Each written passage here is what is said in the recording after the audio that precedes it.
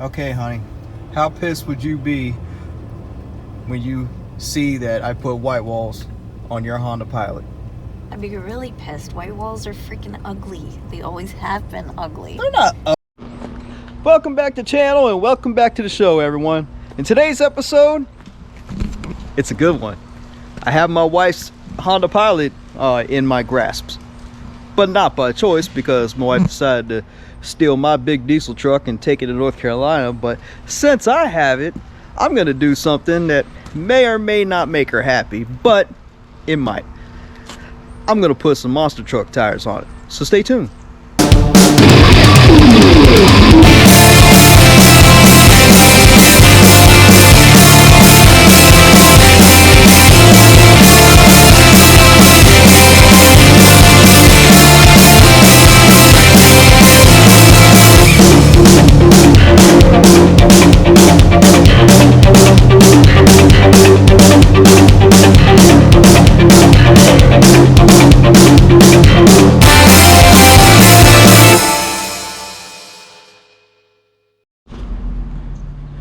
Okay, I lied. They're not monster truck tires, but they are pretty aggressive and rugged.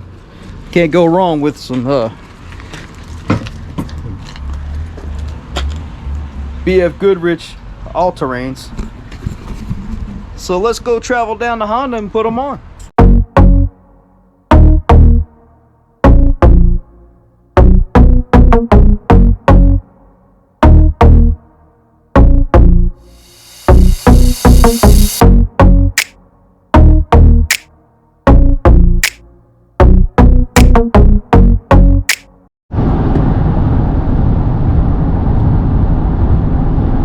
Check out those trees. Gotta love fall in the state of Virginia. But not only are we putting tires on my wife's 2011 Pilot, but we're also doing all the axles, both front struts and rear shocks, and we're gonna put some brakes all the way around too, so she'll stop complaining. But I also too love to surprise my wife in any way possible. And yes, my wife does not know that I'm doing all this to her vehicle. So wish me luck.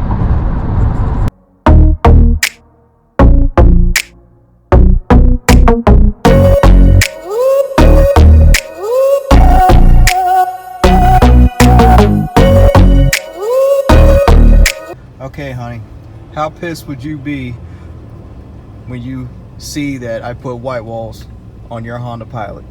I'd be really pissed. White walls are freaking ugly. They always have been ugly. They're not ugly. What are you talking about? Yes, they are. Plus, well, you can blame it on Honda, if you know, because you know I told them I wanted white walls on it. I think they look good, you know. White walls. I have a white truck. The white might not even match up in white. Come on, BF Goodrich's, man, with the white letters? Come on. All right, fine. I want your reaction, because, you know, YouTube, I want your comments on what you think of it, okay?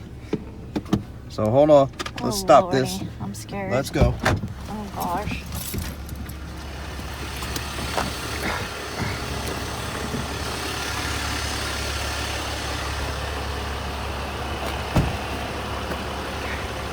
Come on, darling. Oh, good Lord. Let's go look at these white walls we got on your truck.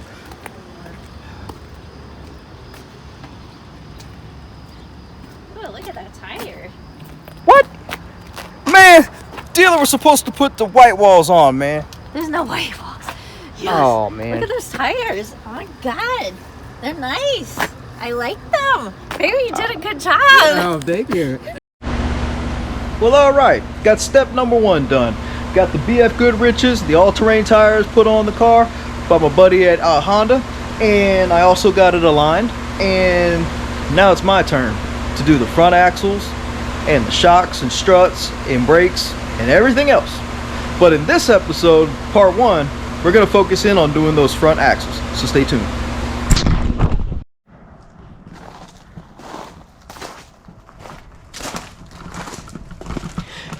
Now, if you haven't subscribed yet, please consider subscribing, because see those stickers there?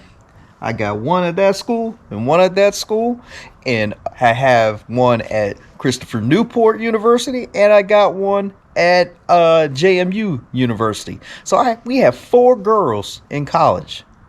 Please help support the broke dad that's got 4 kids in college.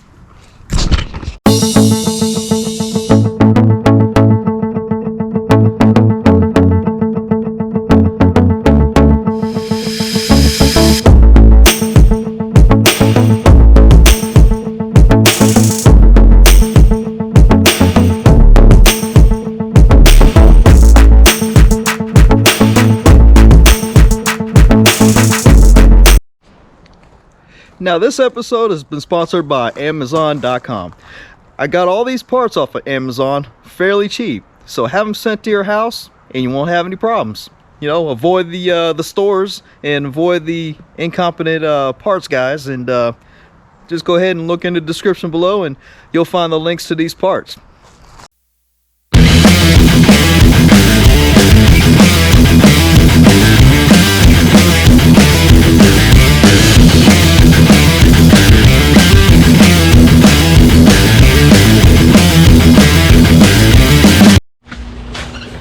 Now I'm going to show you an easy way to do this, guys. First off, you need your 36mm for your main socket on the end of the axle. Got to knock that out like that right there. Then you're going to need either a 24mm or 15/16, whichever one you want to use. They both fit, but use 24 on that side wrench and 24 socket. And we're going to take that 12mm out, and we're going to take this 10 out to disconnect the ABS sensor on this side and this side, because you don't want to be ripping that out, because then you're going to have a lot of problems. But I tell you, I know most YouTubers, most people, they want to take the whole rotor out, take the caliper off and everything else. But if you're just doing the axle, you got enough space that it'll come out this way, it'll tip down if you take the strut tower bolts loose and pop them out. And like I said, you take the caliper hose out, and you should be able to pop that axle out, slide one back in, put it all back together. Pretty much have this done less than 10 minutes.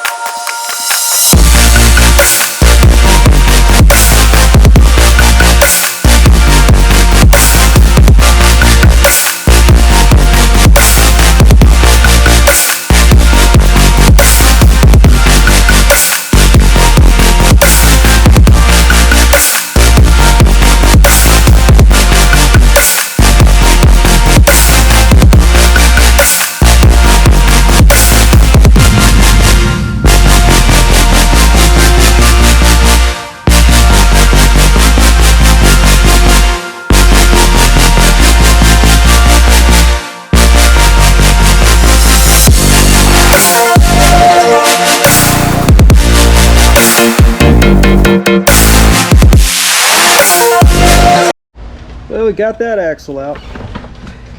Don't worry about the transmission fluid leaking. That's inevitable when you pop off the axle. It's gonna leak, but make sure you top it off when you put everything back together.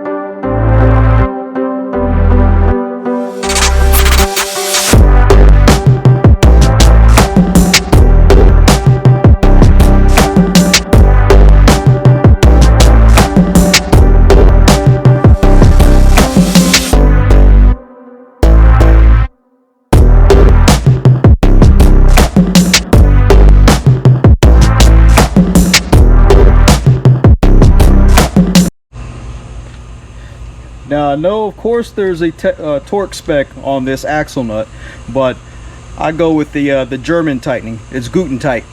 But anyways, also make sure you hit this little tab down here, right down there. This locks it in place.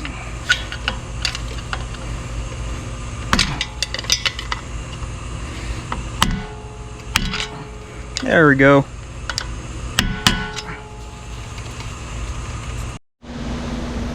Now I know this is after the fact, and I apologize for that. Anytime you're doing an axle, you need to put the right amount of torque on that axle nut, and that spec is 242 foot-pounds on that CV axle nut. So just make sure you do that, and you'll be a-okay.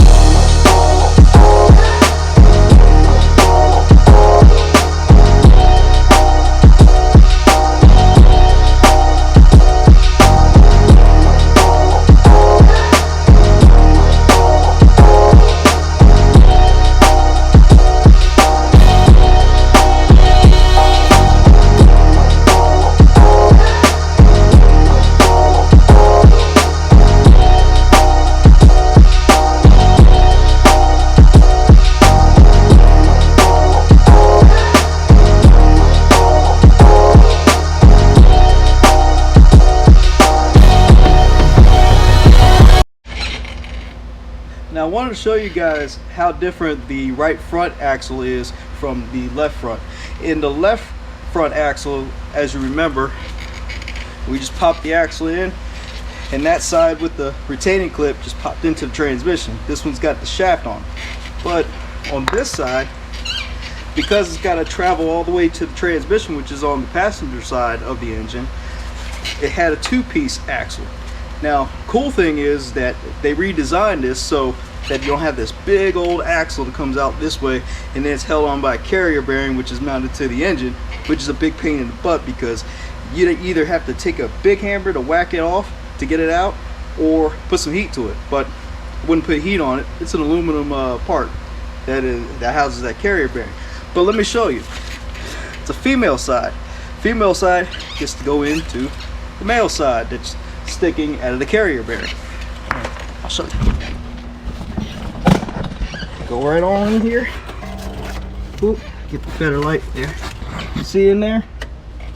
It's got a shaft that's spline that hooks on to the carrier bearing. That's the carrier bearing, that bracket I was telling you that sits on the engine.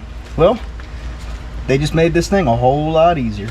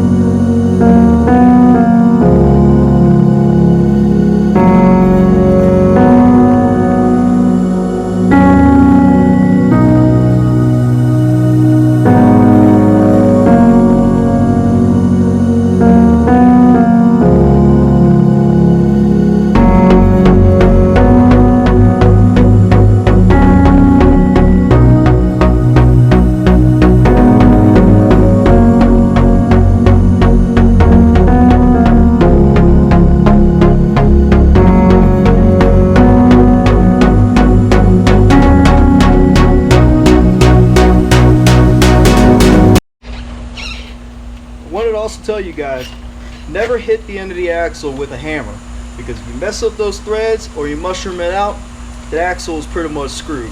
So if you ever have to hit it for any reason, like you have to knock it out, either use a punch or use a dead blow or a rubber hammer, or a rubber mallet rather.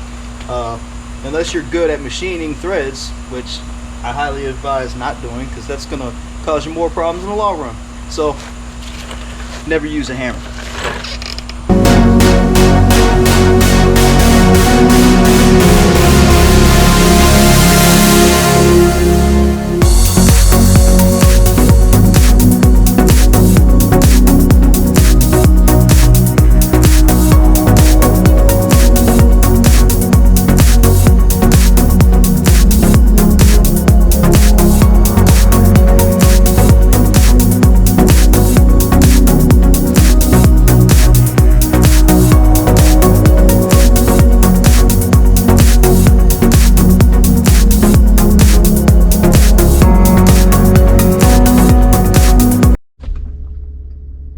Well, there we go. We got both front axles installed properly, torqued properly, and with that being said, this concludes part number 1.